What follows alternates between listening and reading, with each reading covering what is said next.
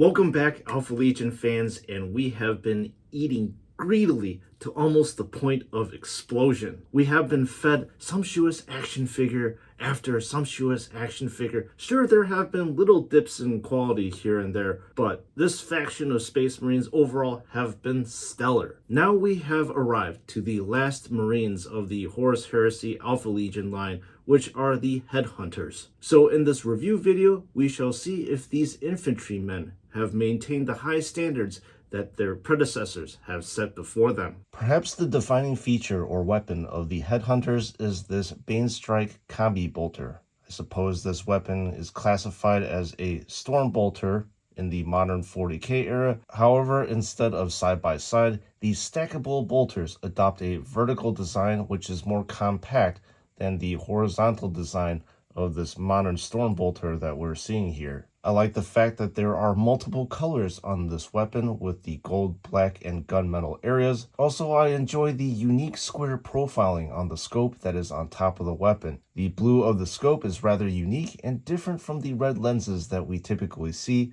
Unfortunately, the power dagger that this action figure comes with is a standard looking blade with some gunmetal weathering, a nicely textured handle, but the golden eagle of the pommel is the true standout area on this weapon due to the color and sculpting. Now focusing in on the holster, or perhaps you can call this a knife holder right here, the space is rather snug and hugs the dagger quite nicely, as I am demonstrating right here. You have to put a little pressure to put the knife in, which I prefer that way because the knife will not fall out on accident.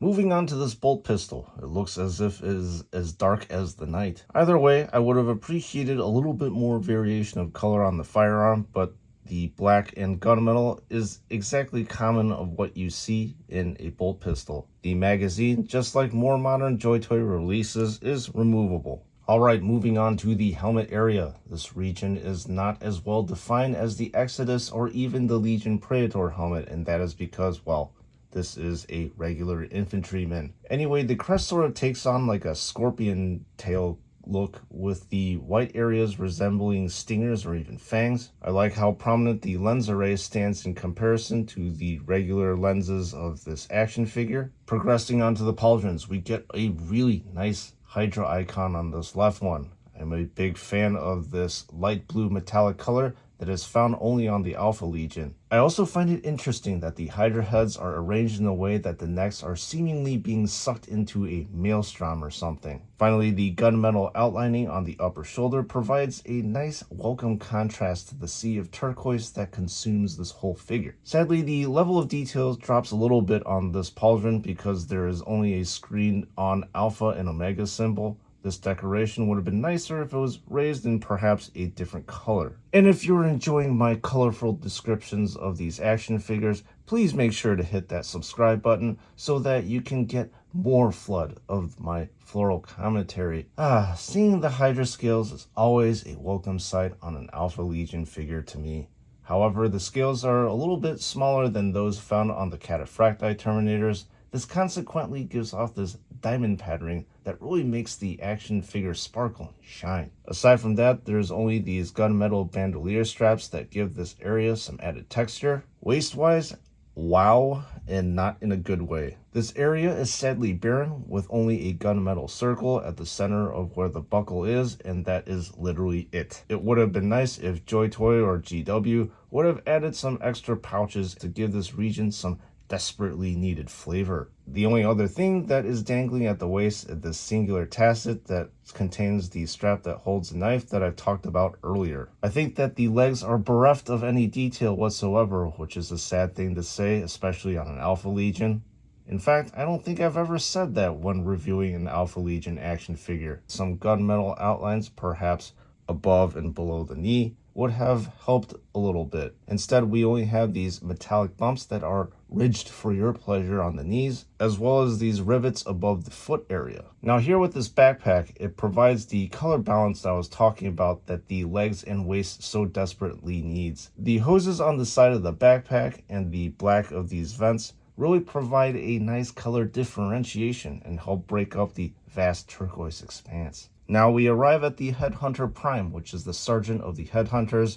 Just like all my other reviews that feature multiple action figures, I will only point out the differences between the grunt action figure versus the sergeant. So in the helmet area, the targeting array has been shrunken down from 2 lenses to only one very tiny one. I'm not sure what the reason for this design choice is, but I find it to be a little bit questionable because it makes the Prime a bit characterless. Instead of having these grills or vents in front of the mask, the Prime only has these 2 fangs, and that's it. Aside from that, most of this action figure is completely the same to the regular Headhunter, especially the arms, pauldron, the chest, waist, and this right leg are completely the same. This tasset at the side of the Prime does not have a dagger holder, unfortunately, because, well, he doesn't come with one. Then instead of the metal balls located on the knee, these balls have been moved down to the shin area on the left leg. Moving on to the weapons, the Bane Strike Combi Bolter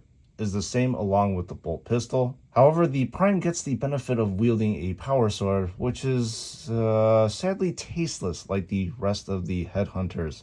I say that because the blade is a solid gunmetal color with some small highlights and weathering due to those highlights. But aside from that, it sort of has this weird vanilla-ish kind of look, even though the blade design is rather unique. Alright, size comparison time. You have the V3 Intercessor that is a little bit shorter than the Headhunter, but Titus is a little bit taller than the Headhunter. And now the Headhunter is in a Legion Praetor sandwich, and you will notice that they all are the same exact height. And as expected, the Headhunter is dwarfed by the larger Cataphracti armored Terminator, as well as the modern 40K Terminator. Yikes! To be honest, Alpha Legion fans, these 2 action figures are clearly not my favorite. I would have to say JoyToy or GW spoiled us with banger after banger of Alpha Legion action figures, but I suppose at some point in time, the hits have got to stop,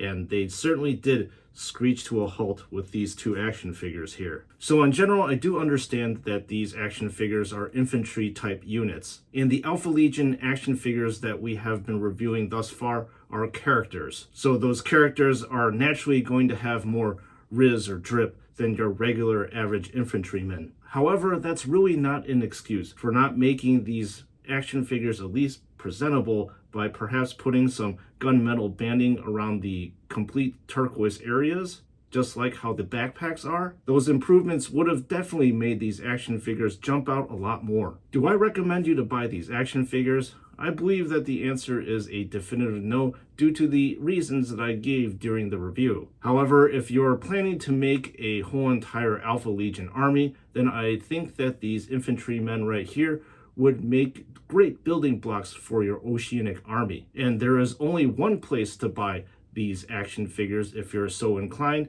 Just click in the link in the description below, or you will be brought to David Toys. In each and every single video, I cannot recommend them enough, just because they have the best customer service. If there's an issue with one of your action figures, then rest assured they will do the best to rectify the wrong. And when you go pay for these action figures, do not forget to use the affiliate code SNS to receive 12% off to at least mitigate some of the cost of these very expensive plastic crack figures. So members of the chapter, thank you so much for watching this action figure review video. I appreciate all your subscribes, comments, and likes, as they really help the channel. Please let me know in the comments section if I had been a little bit too harsh about these action figures, or I am way too biased. I would really like to know, as I love engaging you all in a little bit of a conversation. And with that being said, I'll see you all in the next one.